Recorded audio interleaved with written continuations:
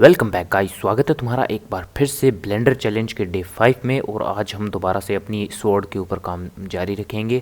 तो सबसे पहले तो जो हमने हैंडल को सिलेक्ट किया था, अगर तुम लोगों ने पिछली वाली वीडियो नहीं देखी है तो जाकर उन्हें देख लो, और फिर बाद में इसका पार्ट शायद 3 है या 4 है, बाद में इसे देखना।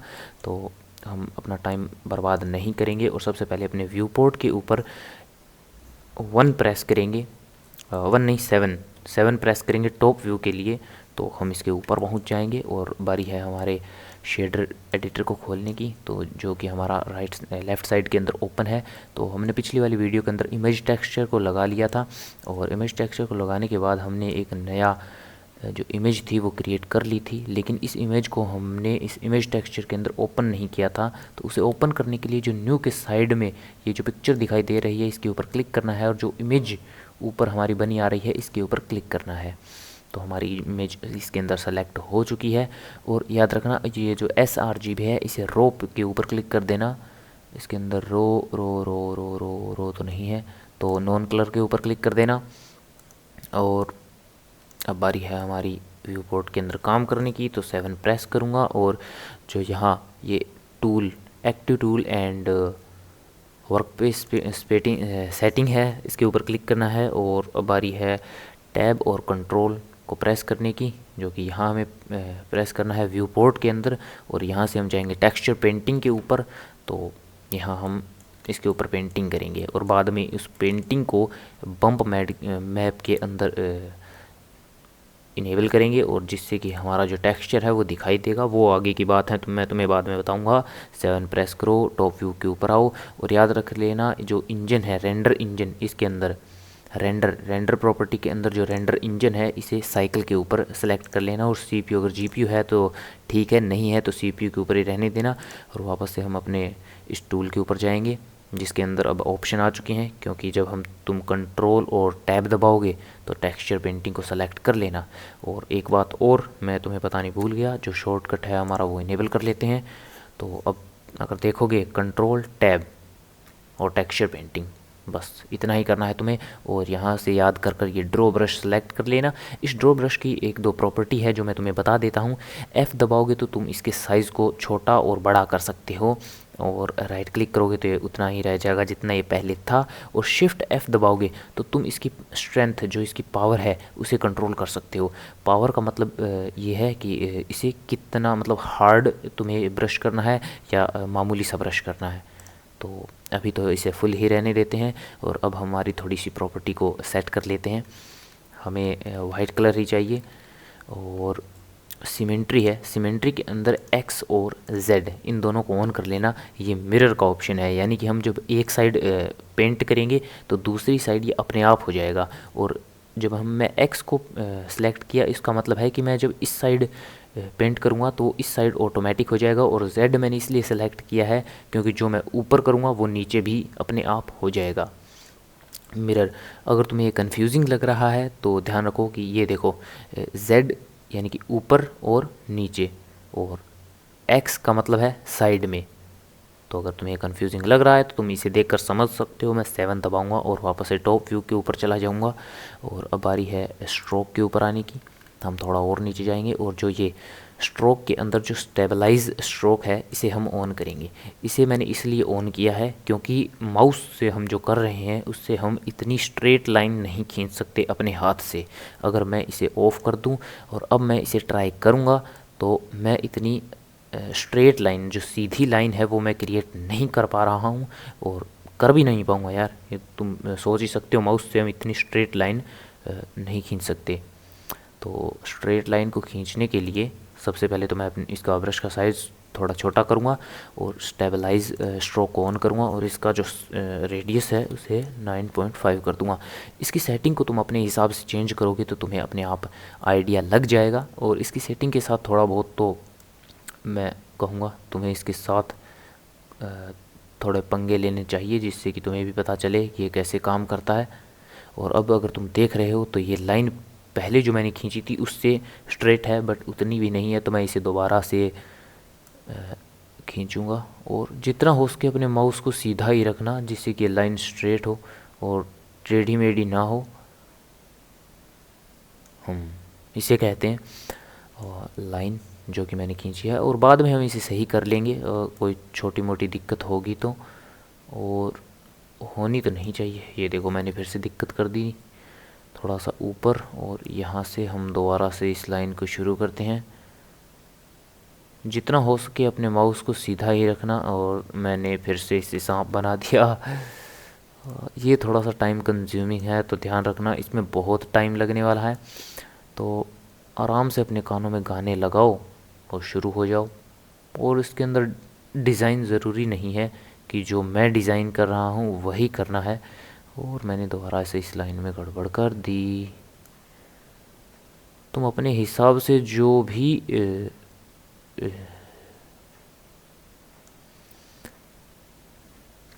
तुम अपने हिसाब से जो भी डिज़ाइन चाहते हो वो तुम इससे क्रिएट कर सकते हो। जाओ जा, सीधी चाल सीधी चाल। और नाको लाग गया हो। और एक लाइन इस तरफ, हाँ तो पहले शुरुआत में बांकी होगी। और अगर तुमने कोई काम गलत कर दिया है तो कंट्रोल जेड से तुम उसे मिटा सकते हो, यानी कि अंडू कर सकते हो। ये शॉर्टकट तो तुम्हें क्रोम से याद होंगे ही। और लाइन को स्ट्रेट स्ट्रेट स्ट्रेट होगी। नाक को लाग गयो।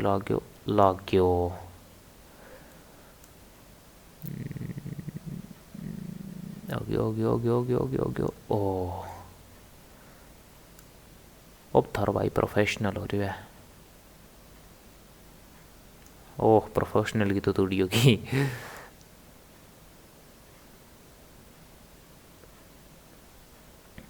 अरे यार कितनी बारी टेढ़ी चलेगी।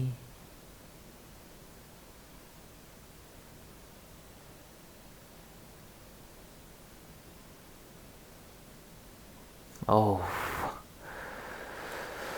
ओ भाई, आंखें दर्द करने लग जाती हैं। तो अब तुम समझ तो गए होगे कि तुम्हें करना कैसे है। तो मैं पहले कर लेता हूँ और तुमसे मिलता हूँ इसे करने के बाद। तो गाइज़ यार मैंने तो अपने डिज़ाइन को बना लिया है, और मैं होप करता हूँ कि तुमने भी अपने डिज़ाइन को बना लिया होगा। तो अब मैं तुम्हें बताता हूँ कि जो हमने अब लाइन खींची हैं उनके बीच में ऐसी जगह हैं, उन्हें हमें भरना होगा, वरना बाद में जब हम इसके ऊपर जो डिज़ाइन है इसे अप्लाई करेंगे तब दिक्कत आएगी। तो इसे भरने के लिए पहले मैं अपना स्टेबलाइज स्ट्रोक ऑफ कर देता हूँ।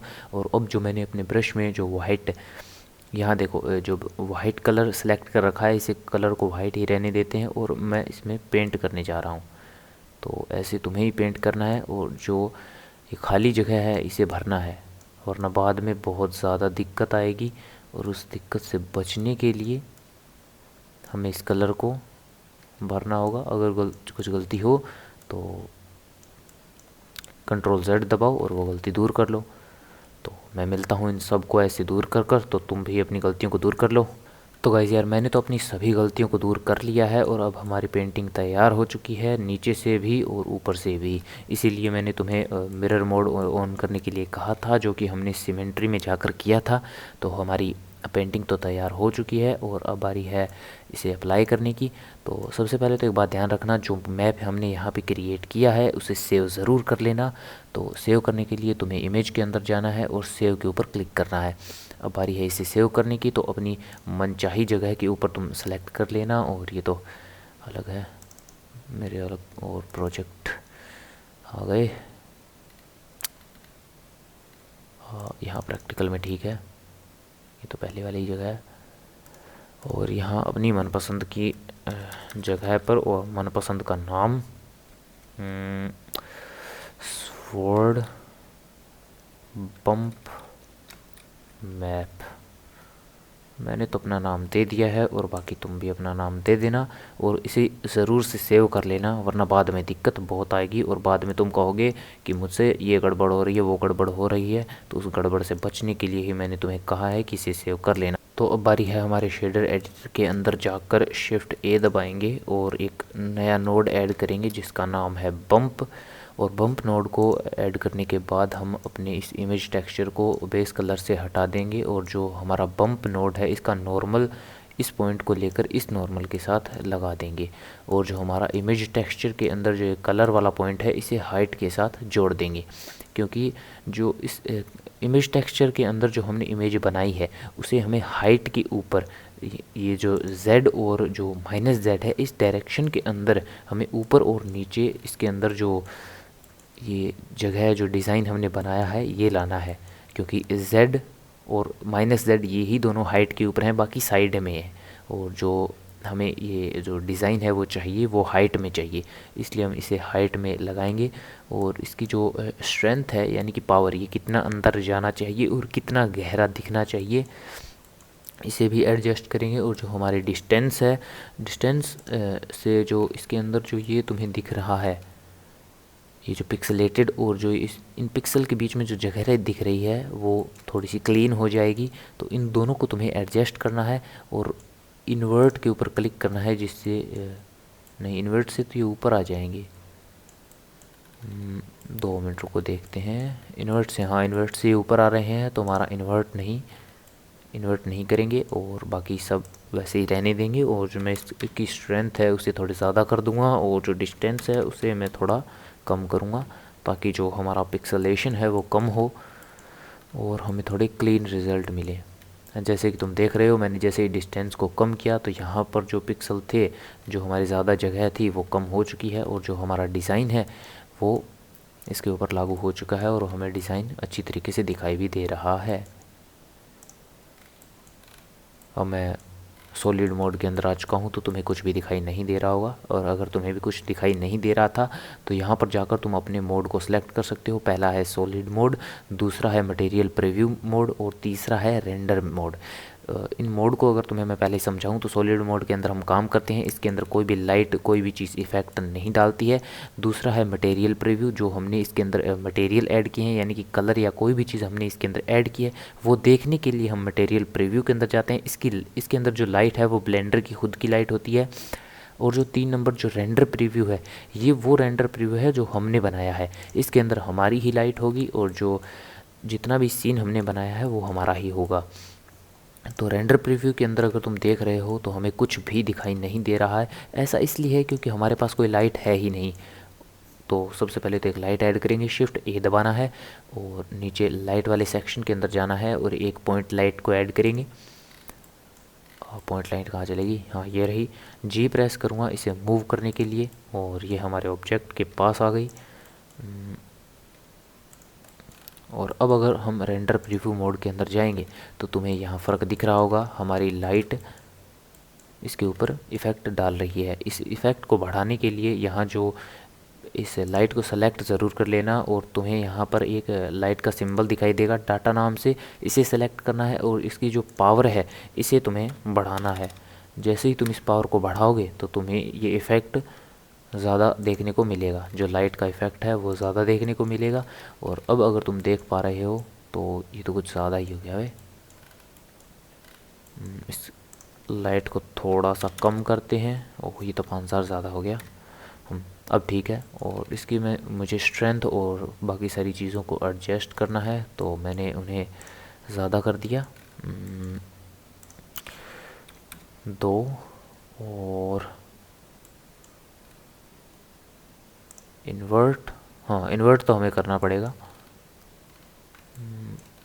अब ये काफ़ी क्लीन है तो हमारा डिज़ाइन अब तो ठीक लग रहा है।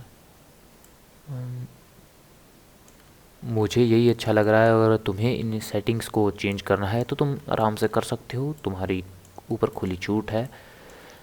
तुम अपने मनपसंद का डिज़ाइन बना सकते हो, अपने मनपसंद का स्ट्रेंथ रख सकते हो।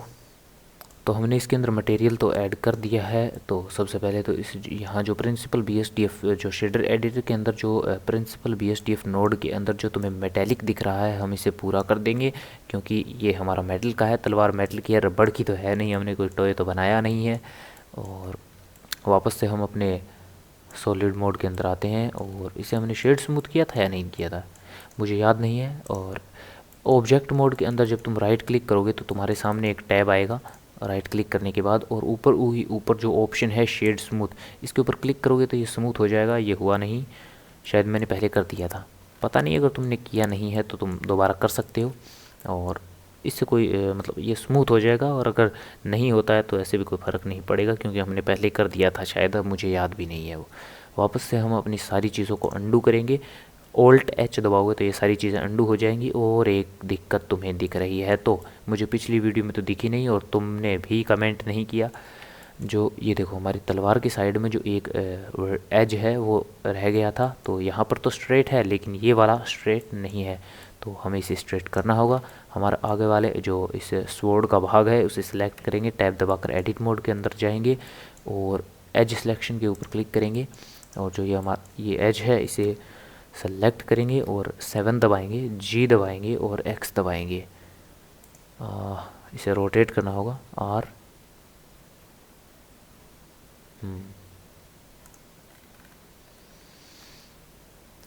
Z on X axis.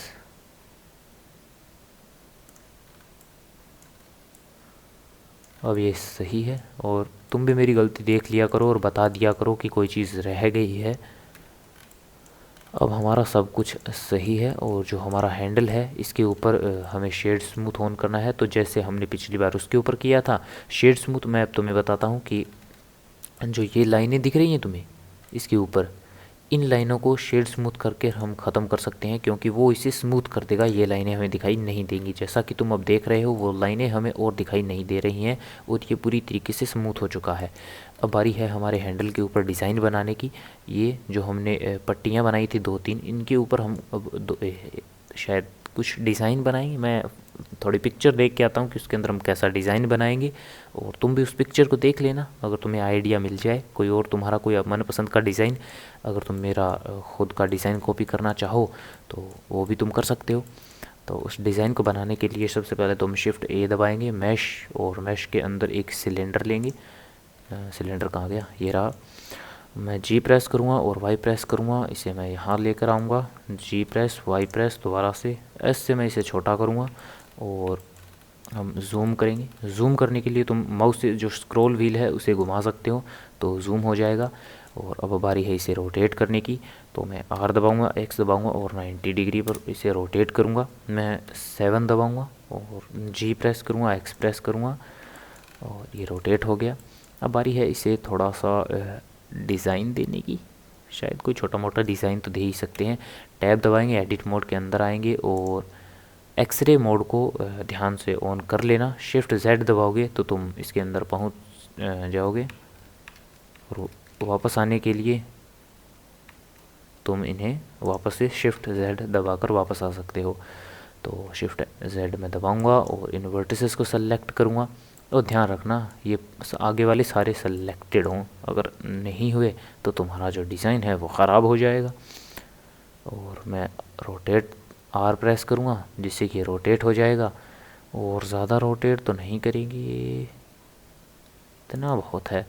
और अब पीछे वाले वर्टिसेस को सेलेक्ट करेंगे और R प्रेस करूँगा और रोटेट करूँगा और ये हमारा छोटा मोटा डिज़ाइन बन गया।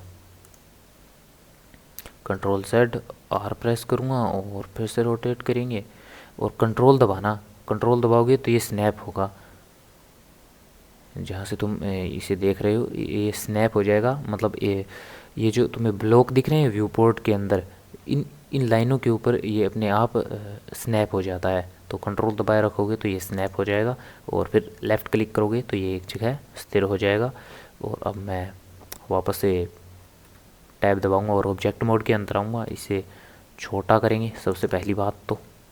G प्रेस करूँगा, Y प्रेस करूँगा और G प्रेस करूँगा, फिर से Y प्रेस करूँगा। देखते हैं कि हमारा ऑब्जेक्ट कितना छोटा हो गया है। लगता है मैंने कुछ ज़्यादा ही छोटा कर दिया। मैं सबसे पहले तो एक्सरे मोड को बंद करूँगा और हमारे ऑब्जेक्ट को देखेंगे। सही है, इसके अंदर थोड़ी सी और मॉडलिंग कर सकते हैं वैसे। टैब दबाएंगे, एडिट मोड के अंदर आएंगे और इसके अंदर इंसर्ट कर सकते हैं हम। ठीक है, फेस सेलेक्ट करो, इन दोनों को सेलेक्ट करो, शिफ्ट दबाओ और जैसे ही देखो पहले हमने इस फेस को सेलेक्ट किया और जब हम शिफ्ट दबाएंगे और इस फेस को सेलेक्ट करेंगे तो ये दोनों फेस सेलेक्ट हो गए।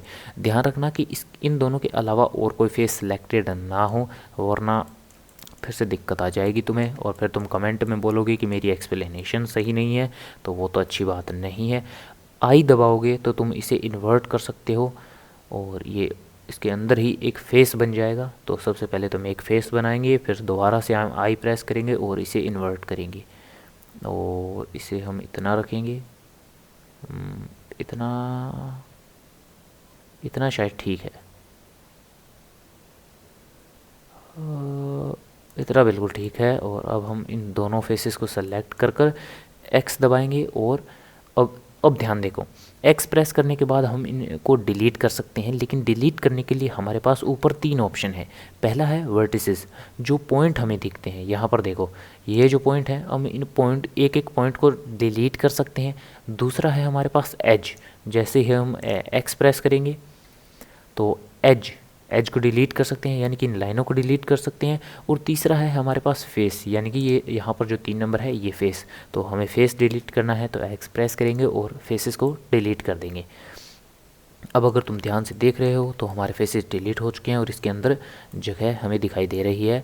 और हम एज मोड को सेलेक्ट करेंगे और यहाँ से एक एज सेलेक्ट करेंगे, अगर तुम्हें दिख रहा है तो। और ये वाला एज मैंने सेलेक्ट कर लिया और अब बारी है दूसरे वाले एज को सेलेक्ट करने की, यानी कि ये। तो मैं शिफ्ट दबाऊंगा और इसके साथ इस एज को सेलेक्ट करूंगा और अब अगर मैं F दबाऊंगा तो ये फिल हो जाएगा, जैसा कि तुम देख रहे हो। और अब हम इसे अंदर से सारा का सारा फिल करना है, यानी कि इसे भरना है, ये ऐसे नहीं दिखना चाहिए खाली खाली।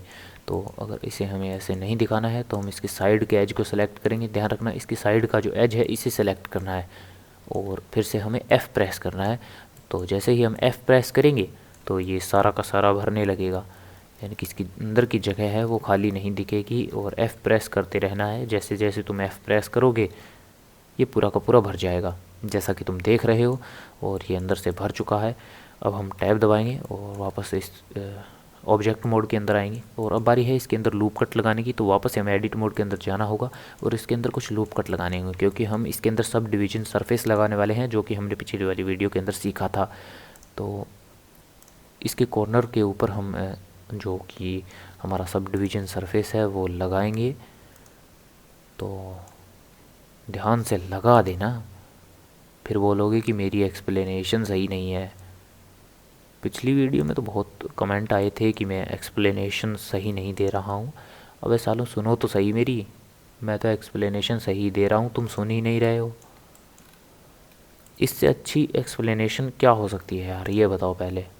और मैंने जब उनसे पूछा कि भाई दिक्कत कहाँ आ रही है, तो बोल रहे हैं कि भाई दिक्कत नहीं, बस एक्सप्लेनेशन सही दो। ये क्या बात हुई यार, और कैसे एक्सप्लेनेशन दी जाती है? कोई कोई दिक्कत तो बताओ, मतलब कोई चीज़ के ऊपर दिक्कत आ रही हो तब तो हम बताएं, लेकिन तुम तो बोल रहे हो कि कोई दिक्कत है ही नहीं, बस एक्सप्लेनेशन सही दो। तो ये तो नहीं हो सकता, कोई दिक्कत हो तभी एक्सप्लेनेशन सही होगी। कंट्रोल R दबाओगे तो लूप कट लग जाएंगे, जो कि मैं तुम्हें 2-3 वीडियो से बताता आ रहा हूँ और अब तक तो तुम्हें याद भी हो जाने चाहिए थे। और अब बारी है इसके ऊपर सब डिवीजन सरफेस लगाने की, जो कि यहाँ तुम्हें मॉडिफायर के अंदर मिल जाएगा। ऐड मॉडिफायर के ऊपर क्लिक करेंगे और सर्च करने की ज़रूरत ही नहीं है, ऊपर ही ऊपर है सब डिवीजन सरफेस। जैसे ही हम इसे अप्लाई करेंगे और हमें इन नंबर को बढ़ाने की ज़रूरत नहीं है, तो व्यू पोर्ट के लिए और एंटर के लिए एक एक सही है, इससे ज़्यादा हमें इसके ऊपर ज़रूरत नहीं है। तो हम इसे सबसे पहले तो अप्लाई करेंगे और अब बारी है इसे शेड स्मूथ करने की, क्योंकि इसकी लाइनें जो हमें दिख रही हैं वो नहीं दिखनी चाहिए। तो हम राइट क्लिक करेंगे। ध्यान रखना ऑब्जेक्ट मोड के अंदर हो, एडिट मोड के अंदर नहीं होना चाहिए। ऑब्जेक्ट मोड के अंदर हम राइट क्लिक करेंगे माउस से, तो तुम्हें ऊपर ही ऊपर शेड स्मूथ का ऑप्शन मिलेगा, जिससे कि ये स्मूथ हो जाएगा। और अब बारी है इसे इसके ऊपर ऐड करने की। तो S प्रेस करेंगे और 7। पहले तो हम देखेंगे कि क्या ये हमारा इसके अंदर फिट आ रहा भी रहा है या नहीं। तो ये तो बहुत अच्छी तरीके से फिट आ रहा है। हम सबसे पहले तो हम G प्रेस करेंगे और X प्रेस करेंगे और यहाँ, और अब हम इसके डुप्लिकेट्स बनाएंगे, बहुत सारे डुप्लिकेट बनाएंगे, लेकिन इसे शिफ्ट D से डुप्लिकेट। एक तरीका है हम शिफ्ट D से डुप्लिकेट करें, जो कि मैंने यहाँ पे कर दिया, लेकिन हम ऐसे नहीं करेंगे। मैं कंट्रोल Z दबाऊंगा, ये बहुत ही घटिया तरीका है। हम काम क्या करेंगे कि हम एक मॉडिफायर का यूज़ करेंगे। अब तक मैंने तुम्हें सब डिवीजन सरफेस ही बताया है, लेकिन अब मैं तुम्हें एक और मॉडिफायर बताऊंगा जिसका नाम है एरे मॉडिफायर। अब एरे मॉडिफायर क्या करता है, तो एरे मॉडिफायर इसके बहुत सारे डुप्लीकेट बना देगा जहाँ हम चाहते हैं वहाँ, और उस दिशा के अंदर वो बहुत सारे इसके डुप्लीकेट बना देगा, तो जिससे हमें बार बार शिफ्ट डी दबाने की ज़रूरत तो बिल्कुल नहीं पड़ेगी। तो यहाँ जो फैक्टर है, फैक्टर के अंदर एक्स वाई और जेड ये वैल्यू दी गई है, और काउंट के अंदर हम जो वैल्यू देंगे यानी कि हमें कितने इसके डुप्लीकेट चाहिए। अगर मैं काउंट के अंदर मान लो 15 लिख दूँ और ओके पर इंटर पर क्लिक करूँ तो इसके 15 डुप्लीकेट बन गए। लेकिन जो ये जिस दिशा में है उस दिशा में हमें नहीं चाहिए, हमें एक इस दिशा में चाहिए। और कैसे पता चलेगा, तो ये हमें ऐसे पता चलेगा, ध्यान से देखो कि जो हरी लाइन है यानी कि वाई, हमें वाई डायरेक्शन के अंदर चाहिए, और ये है लाल वाली लाइन के ऊपर यानी कि एक्स एक्सिस के ऊपर, और हमें एक्स एक्सिस के ऊपर नहीं चाहिए। तो ध्यान से देखो कि फैक्टर के अंदर एक्स की वैल्यू है जो 1 है, लेकिन हमें तो एक्स की वैल्यू 1 नहीं चाहिए। तो हम सबसे पहले तो इसे 0 करेंगे, तो ये 1 ही हो गया। यानी कि अब इसके अंदर वो 15 तो हैं लेकिन वो इसी के अंदर हैं, और हमें इसके अंदर नहीं चाहिए, हमें चाहिए इस वाई वाली लाइन के ऊपर। तो वाई को हम 1 कर देंगे। ये z में क्यों हुआ, इसकी वैल्यू को हम दोबारा से 0 करेंगे और z में हम 1 कर देंगे। पता नहीं क्यों, लेकिन ये z में, लेकिन खैर छोड़ो, हमारा काम तो हो गया ना। और इसकी वैल्यू को तुम आगे पीछे कर कर देख लेना, इन दोनों की x y z। और वैसे z में होने तो नहीं चाहिए थे, होने तो ये y में ही चाहिए थे, लेकिन कोई दिक्कत है शायद, अभी पता नहीं। लेकिन अभी हमारा काम हो गया है, और z की वैल्यू को तुम 1 करोगे तो हमारा जो काम है वो बन जाएगा। लेकिन अभी तक हमारा काम बना नहीं है, हमें इसके ऊपर इसे डिज़ाइन के तौर पर लगाना है, और ये ऐसे ही तो लगेगा नहीं। तो इसे लगाने के लिए हम एक काम करेंगे, इसे सेलेक्ट करेंगे और टैब दबाकर एडिट मोड के अंदर जाएंगे, और जो हमारी ये बीच में जो लाइन है हम इसे सेलेक्ट करेंगे। इसे सेलेक्ट करने के लिए तुम्हें ऑल्ट प्रेस करना है और इसके ऊपर क्लिक करना है। ध्यान रखना, ऑल्ट प्रेस करना है, ऑल्ट को होल्ड करके रखना है, और लेफ़्ट क्लिक जैसे ही तुम इस लाइन के ऊपर क्लिक करोगे ये पूरी की पूरी लाइन सेलेक्ट हो जाएगी। और अब तुम्हें शिफ्ट डी करना है, जिससे कि ये जो सर्कल है वो पूरा का पूरा सेलेक्ट हो जाएगा। अब तुम्हें माउस से राइट क्लिक करना है तो ये अपनी ओरिजिनल जगह के ऊपर वापस आ जाएगा, और कीबोर्ड के ऊपर तुम्हें पी प्रेस करना है। जैसे ही तुम पी प्रेस करोगे तो ये सेपरेट हो जाएगा, पी प्रेस करोगे सेपरेट हो जाएगा, यानी कि इससे अलग हो जाएगा। जो हमने अब ऑब्जेक्ट सेलेक्ट कर रखा है इससे वो सर्कल अलग हो गया है, देख रहे हो तो तुम, ये अलग है और ये अलग है। पी प्रेस करने के बाद हमारा जो सर्कल है वो इससे पूरी तरीके से अलग हो गया है। और इसे सेलेक्ट करने के लिए सिलेंडर, हाँ ये है, तो इसे मैं नाम दे दूंगा कर्व, CURVE कर्व, ताकि हमें पता चले कि ये हमारा कर्व है कौन सा। तो अब अगर तुम्हें पता है तो ये हमारा मैश है, लेकिन हमें ये मैश नहीं चाहिए, क्योंकि जब हम इनको इसके ऊपर, ये जो कर्व है इसके ऊपर लगाएंगे तो ये तो कर्व मांगेगा। यानी कि मेरी बात को अगर थोड़ी सी अजीब उलझी हुई बातें लग रही हैं तो ध्यान से सुनो। हम मॉडिफायर के अंदर जाएंगे और ऐड मॉडिफायर के ऊपर हम एक मॉडिफायर को ऐड करेंगे जिसका नाम है कर्व। लेकिन ये जो कर्व मॉडिफायर है ये अपने ऑब्जेक्ट के तौर पर, जो ये ऑब्जेक्ट मांगता है कि किसके ऊपर इन ऑब्जेक्ट को रखना है, तो ये ऑब्जेक्ट कर्व मांगता है। लेकिन जो हमने अभी अभी एक्सट्रैक्ट किया है जो हमारा कर्व, वो कर्व नहीं है, वो मैश है, क्योंकि हमने इसे मैश से अलग किया है और हमें इसे कर्व में वापस से बदलना पड़ेगा। तो हमने तो अभी अभी मैश से इसे अलग किया है, तो ये भी एक मैश है, लेकिन हमें इस मैश को कर्व में बदलना होगा। और कर्व में बदलने के लिए हम ऑब्जेक्ट मोड के ऊपर जाएंगे और यहाँ पे ऑप्शन है कन्वर्ट, हाँ ये रहा कन्वर्ट कर्व। और जैसे ही हम इसके ऊपर क्लिक करेंगे तो ये, और यहाँ ध्यान रखना कि यहाँ नीचे एक विंडो आई है जिसके ऊपर हम क्लिक करेंगे, कन्वर्ट टू ये विंडो है, इसके ऊपर क्लिक करेंगे और इस कीप ओरिजिनल को ऑफ़ करना। कीप ओरिजिनल से हमारा कोई काम नहीं है, अगर ऑन है तो इसे ऑफ़ कर देना और कन्वर्ट टू को बंद कर देना। तो अब हमारा काम हो चुका है। वापस से हम अपने डब्बों को सेलेक्ट करेंगे और जो कर्व जो हमने मॉडिफायर ऐड किया था इसके कर्व ऑब्जेक्ट के ऊपर जो हमारा ये कर्व वाला है इसे सेलेक्ट करेंगे। और अब तुम सोच रहे होगी कि हमारे जो सारे के सारे डब्बे हैं वो कहाँ गए, तो वो यहाँ गए। और इसका सबसे बड़ा कारण ये है कि हमारा जो ओरिजिन पॉइंट है वो सही नहीं है और हमें इसे सही लाना होगा। तो सही करने के लिए हम इसे हटाएंगे और एक टूल है, मॉडिफायर बोल सकते हो या कुछ भी बोल लो, तो उसे हमें ऐड करने के लिए जो एडिट है, ऊपर जो एडिट तुम्हें दिखाई दे रहा है वहाँ प्रेफरेंसेस के ऊपर क्लिक करना है और एड ऑन्स के ऊपर क्लिक करना है और यहाँ पर सर्च करना है अलाइन, ALIG, अलाइन टूल। इसे तुम्हें सेलेक्ट करना है और इसे ऑन कर लेना, और ऑन करने के बाद इसे रिफ़्रेश के ऊपर क्लिक करना है और इसे कट कर देना है। जैसे ही तुम इसे ऑन करोगे तो तुम्हें इन दोनों को साथ में सेलेक्ट करना होगा। पहले तो जो हमने इतने सारे ये जो डब्बे बनाए हैं सिलेंडर से, इन्हें सेलेक्ट करना है और बाद में इस कर्व को सेलेक्ट करना है। यहाँ से इस कर्व को सेलेक्ट करना मुश्किल होगा तो शिफ्ट दबाओ और यहाँ जो ये हमारे कलेक्शन है इनमें से कर्व को सेलेक्ट कर लो। कर्व को सेलेक्ट करना है तो शिफ्ट दबाओगे तो ये सारे के सारे सेलेक्ट हो जाएंगे, लेकिन हमें सारों को सेलेक्ट नहीं करना है, हमारे सिलेंडर और हमें हमारे कर्व को सेलेक्ट करना है। तो कंट्रोल दबाना है और इसे सेलेक्ट करना है। जैसे ही तुम इन दोनों को सेलेक्ट करोगे N प्रेस करना है और अब तुम्हें यहाँ एक टूल व्यू,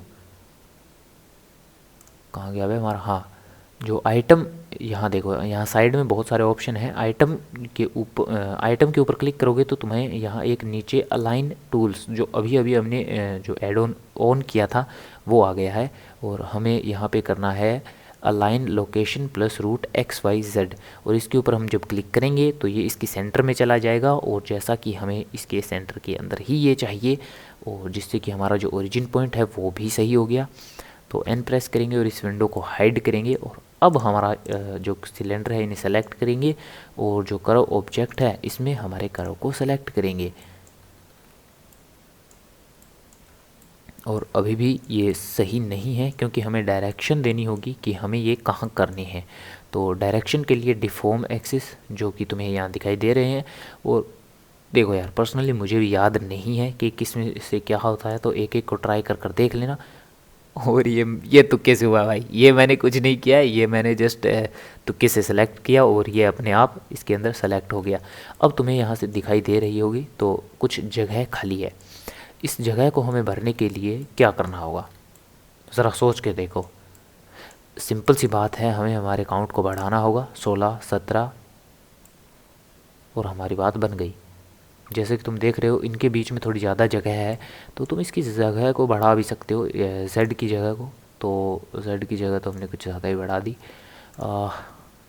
1.001 कर सकते हैं, नहीं ये तो कुछ ज़्यादा ही कम है, 0.001। हाँ ये ठीक है। अब इनकी जो लोकेशन है वो बराबर है जैसा कि तुम्हें दिखाई दे रहा है, और ऐसे ही इन सभी को, इन दोनों खानों को भरना है जो कि तुम्हें दिखाई दे रहे हैं। इस हैंडल के जो पीछे हैं उनमें भी तुम्हें यही चीज़ करनी है जो कि हमने इसके अंदर की थी। तो हमारा डिज़ाइन है जो कि तैयार हो जाएगा। इसका एक अच्छा तरीका बताऊं, तुम्हें कर्व की भी ज़रूरत नहीं पड़ेगी और कोई भी चीज़ की ज़रूरत नहीं पड़ेगी। तो उसका अच्छा तरीका है कि इसे शिफ्ट D करो और S प्रेस करो और स्केल कर दो, जिससे कि मैं तुम्हें दिखाई देता हूँ। बहुत ही आसान तरीका है, तुम बार बार इन्हें करने की ज़रूरत नहीं पड़ेगी।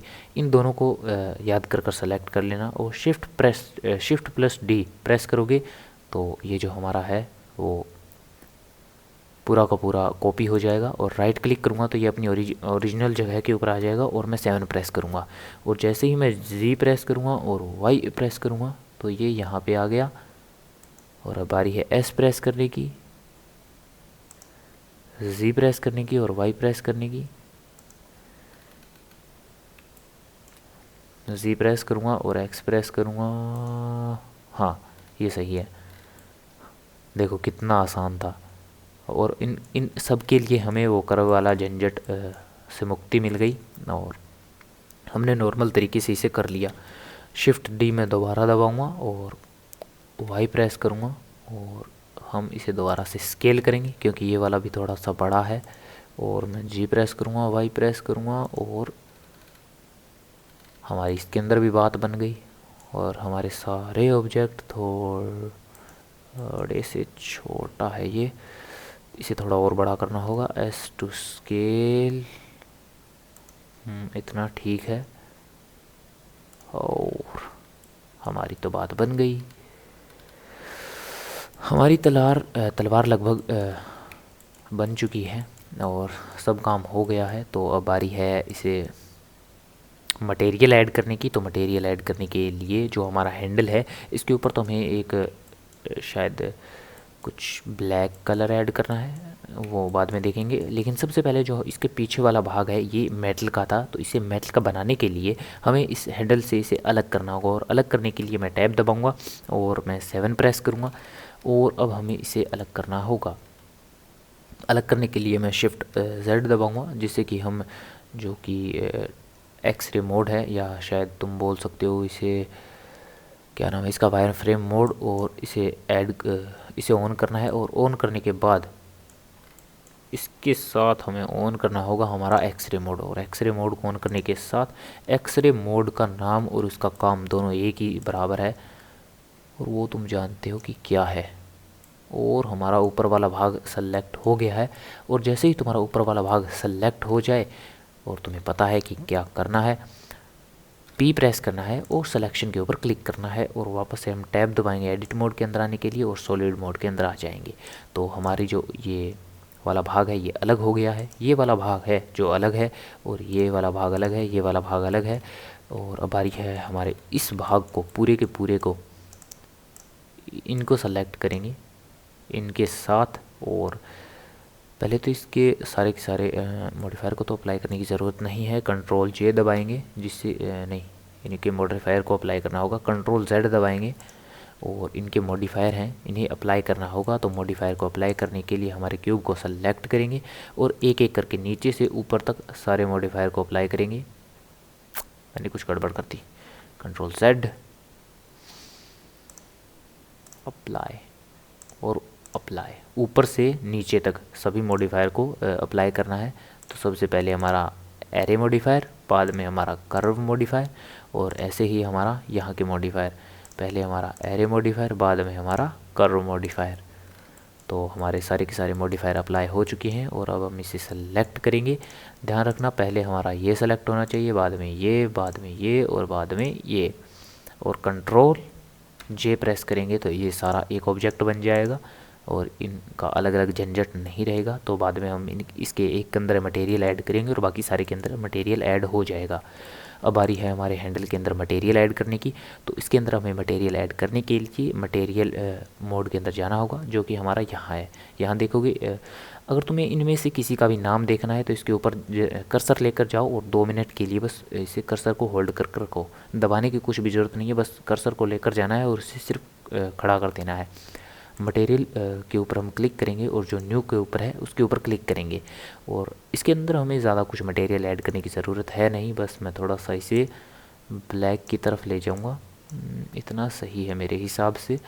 हम मटेरियल प्रीव्यू मोड के अंदर आएंगे और हाँ ये सही है। ज़्यादा डार्क मत करना वरना जो हमारे एज हैं वो दिखाई नहीं देंगे और फिर हमें दिक्कत ही होगी। तो इसके अंदर तो हमारा मटेरियल ऐड हो चुका है, जो कि हमें कुछ ज़्यादा करना ही नहीं पड़ा।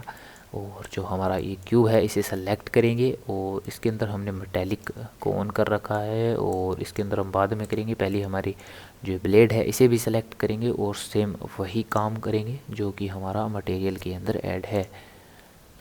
इसके अंदर जो ऐड था हमने इसे भी मेटेलिक कर दिया है। और अब बारी है इसके अंदर भी सेम मटेरियल ऐड। तो अब अगर तुम्हें दिखाई दे रहा है तो हमारी तलवार के अंदर जो और मैंने एक दिक्कत कर दी जो कि बड़ी दिक्कत है, अगर तुम्हें दिखाई दे रही है तो यहाँ पर मैंने इन सब के ऊपर ये जो टेक्सचर है इसे अप्लाई कर दिया है, जो कि मुझे इनके ऊपर तो बिल्कुल नहीं चाहिए था। तो मैं इसे कट करूँगा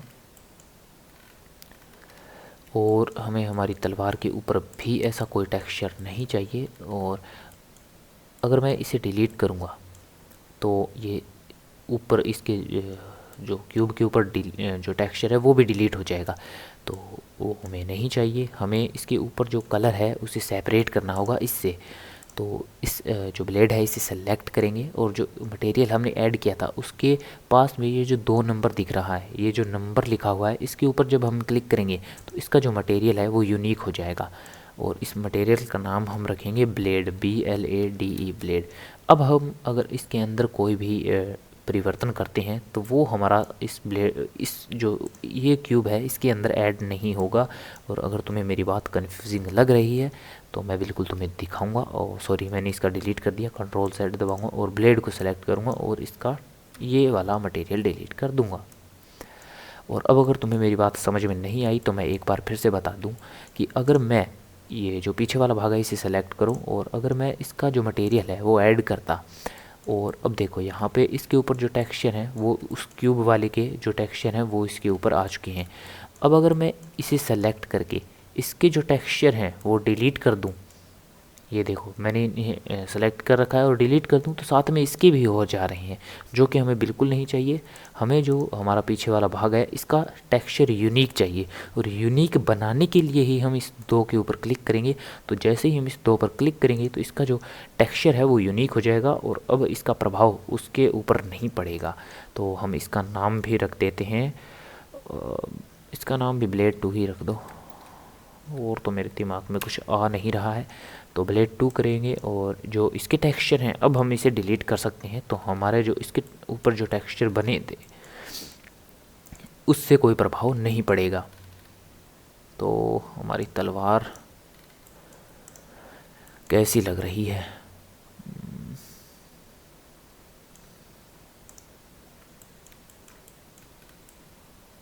लाइटिंग तो इसके अंदर है नहीं, तो मैं एक HDRI यूज़ कर सकता हूँ। HDRI मैं तुम्हें बाद में बताऊंगा और कोई प्रोजेक्ट के अंदर, क्योंकि उसका लफड़ा इतना ज़्यादा है नहीं, लेकिन मैं तुम्हें वो बाद में बताऊंगा। और हाँ, एक बात, तुम अपने जो भी ब्लेंडर प्रोजेक्ट है उन्हें सेव याद से कर लेना। मैंने पिछली वीडियो में नहीं बताया, शायद मैं भूल गया था। तो अगर तुम फाइल के ऊपर जाओगे और यहाँ जो तुम्हें सेव कंट्रोल S प्रेस कर सकते हो या यहाँ से सेव के ऊपर क्लिक कर सकते हो, तो तुम अपने प्रोजेक्ट को सेव कर सकते हो। और ध्यान रखना, जो हमने यहाँ पे जो पिक्चर्स बनाई थी, इस जो इमेज क्रिएट की थी, उसे ज़रूर से सेव कर लेना, वरना तुम इसे खो दोगे और बाद में जो टेक्सचर है वो तुम्हें नहीं दिखेगा। इसे अलग से सेव करना पड़ता है, यहाँ से सेव करने से कुछ नहीं होगा, इस टेक्सचर को अलग से सेव करना होगा। तो हमारी तो तलवार मोटी मोटी तो रेडी हो गई है। और बाद के अंदर अभी तो देखो मैंने इसके अंदर नॉर्मल ही जो मटेरियल है वो ऐड किए हैं, जो मेटेलिक जो इसके अंदर प्रभाव है, यानी कि जो मेटलिक का जो प्रभाव है वो मैंने इसके अंदर नॉर्मल ही ऐड किया है। तो अभी तो इसके अंदर बहुत सारी चीज़ें करनी बाकी हैं जो कि हम बाद में करेंगे, और मैं तुम्हें बताता रहूँगा कि कैसे कैसे क्या करना है। तो अगर इसे और भी रियलिस्टिक बनाना है तो हम इसके अंदर नॉइज़ टेक्सचर और वो सारी चीज़ें बाद में अप्लाई करेंगे, जिससे कि जो अभी हमें हमारी तलवार दिख रही है वो देखो, अगर तुम गौर से देख पा रहे हो तो बहुत ही स्ट्रेट है, यानी कि इसके ऊपर कोई स्क्रैचेस नहीं है जैसे आज ही निकाली हो। लेकिन अगर आज ही नई भी हम तलवार लाएंगे तो उसके ऊपर कुछ हाथ के या फिर कोई भी स्क्रैच मामूली सा लोहे के ऊपर होता ही है, जैसे कि तुम्हें पता ही है। तो इसे रियलिस्टिक बनाने के लिए हम कुछ नॉइज़ टेक्सचर को भी इसके ऊपर अप्लाई कर सकते हैं, वो बाद की बात है। मैं तुम्हें बाद में जो नोड हैं वो सारे बताऊंगा, लेकिन ये एक बेसिक ट्यूटोरियल है तो मैंने तुम्हें नॉर्मल सी तलवार क्रिएट करनी सिखा दी। और अगर तुम्हें ये ट्यूटोरियल अच्छा लगा हो तो लाइक करो, चैनल पर नए हो तो सब्सक्राइब करो, और मुझे बताओ कि तुम्हें कौन सी वीडियोस आगे चाहिए ब्लेंडर के बारे में। तो अभी तो मैं बेसिक ही कंप्लीट कर रहा हूँ, तो तुम मुझे बेसिक के बारे में बता सकते हो। और तुम्हें बताओ कि तुम में से कितने लोग बिगिनर हैं जिन्होंने अभी अभी डाउनलोड किया है, जिससे कि मुझे पता चले कि तुम लोगों ने यहाँ तक ये वीडियो देखी है। और मैं जानता हूँ कि ये वीडियो थोड़ी बड़ी हो गई होगी। तो मिलते हैं अगली वीडियो में।